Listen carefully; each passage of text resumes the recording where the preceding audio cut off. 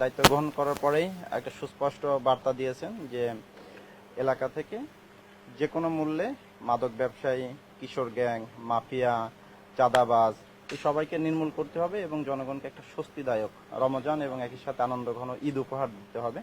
সেই নির্দেশনার পরিপ্রেক্ষিতে মোহাম্মদপুর জোন, মোহাম্মদপুর এবং আদাবর থানা প্রতিনিয়ত প্রতিটা মুহূর্তে অভিযান পরিচালনা করতেছে এবং আমরা বিগত প্রত্যেক দিন অভিযান পরিচালনা করেছি। অসংখ্য বিভিন্ন অপরাধে অভিযুক্ত আসামি, মাদক, বিভিন্ন অস্ত্র এগুলো আমরা উদ্ধার করেছি এবং তাদের বিজ্ঞ আদালতের সোপর্দ করেছি। তারই ধারাবাহিকতায় আজকে আমরা আদাবর থানাধীন এই শ্যামলী হাউজিং অভিযান পরিচালনা করি। আমার পাশে ওসি আদাবর রয়েছে এবং মোহাম্মদপুর থানার বিভিন্ন পর্যায়ের অফিসার এবং ফোর্স রয়েছে। আজকে আমরা এই আদাবর এই এলাকায় যে সবচেয়ে বেশি চাঁদাবাজির একটা হাব এবং ছিনতাইয়ের একটা হাব, সেটা যেখান থেকে পরিচালিত হয় এই 52 কাঠায় জায়গা নামে 52 কাঠা, এখানে মোটামুটি 1-150 পরিবারের বসবাস, ছোট ছোট একটা রুমে একটা পরিবার। এখান থেকেই নিয়মিত মাদক সাপ্লাই দেওয়া হয়, মাদক বিক্রি করা হয় এবং এখান থেকে আমাদের অভিযোগ হয়েছে যে বিভিন্ন সময় যে কিশোর গ্যাং এবং চাঁদাবাজ ছিনতাইকারীরা বের হয়ে মানুষকে জিম্মি করে এবং তাদের অস্ত্রের মুখে যে তাদের কাছ থেকে ছিনতাই করে। তো আমরা আজকে আকস্মিকভাবে কোনোভাবে যাতে জানতে না পারে আমরা আজকে অভিযান পরিচালনা করেছি এবং এখান থেকে আমরা 6 জনকে গ্রেপ্তার করেছি এবং তাদের কাছ থেকে আমরা মাদক পেয়েছি। আমরা একজনকে দেখলাম যে সে নিয়মিত ইয়াবা খায়, নিজেই স্বীকার করেছে মাদক খায়, আপনাদের সামনে স্বীকার করলো। একজনের নামে মার্ডার মামলা আছে আমরা জানতে পারতেছি। এখন আমরা থানায় গিয়ে তাদেরটা চেক করব, যে আমরা তো জানি যে এখানে অনেক সময় অনেক মার্ডার মামলা থাকে, এখানে কবজি কাটা, আনোয়ার, এক্সেল, বাবুর এলাকা এটা। তো তারই প্রেক্ষিতে দেখেন আজকে অভিযান চালিয়ে আমরা বেশ কয়েছে 3টায় যে চাপাতি আর 3টা সোরা উদ্ধার করলাম। এগুলো খুব ধারালো, শার্প এবং এই জিনিসগুলোই যে ছিনতাই এবং চাঁদাবাজির কাজে ব্যবহৃত হয়।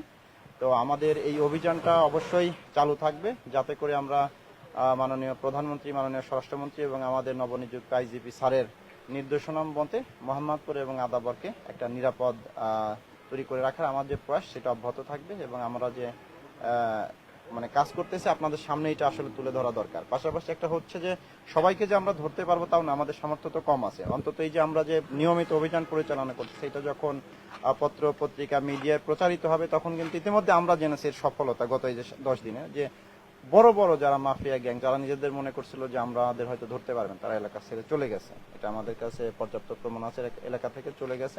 আর যারা এলাকায় মাঝে মধ্যেও রাতে বেরাতে ঢোকার চেষ্টা করে তাদের মধ্যে আমরা আজকে 3-4টা বাড়িতে হিট করেছি, তো দুঃখজনক ভাবে পাই নাই। কিন্তু তারা তো অন্তত ভয় পেয়ে গেল যে এখানে আসলে থাকার সুযোগ নেই এবং তাদের ভালো পরিচয় আছে, প্রোফাইলধারী। আবার তারা ফার্স্ট লেয়ারের যে চাঁদাবাজ বা নিজেরা কখনো কোনো অন্যায় জড়িত হয় না, বোঝা যায় না, কিন্তু তারা এটা মূলত পরিচালনা করে। তাদের বাসায় আজকে আমরা হিট দিয়েছি, তো এটা প্রমাণ যে তারা আসলে এলাকায় নাই। মাননীয় স্বরাষ্ট্রমন্ত্রী আজকে বলেছেন যে এই যে লিস্ট করা হচ্ছে, লিস্ট অনুযায়ী ধরা হবে এবং কারো প্রতি কোনো ধরনের দয়া দাক্ষিণ্য এগুলো দেখানো হবে না এবং পুলিশকেও বলা হয়েছে যে কোনো রকমের তদবিরে যেন পুলিশ সারেন্ডার না করে। পুলিশ তার আইন অনুযায়ী কাজ করবে এবং এদের বিরুদ্ধে কঠোর ব্যবস্থা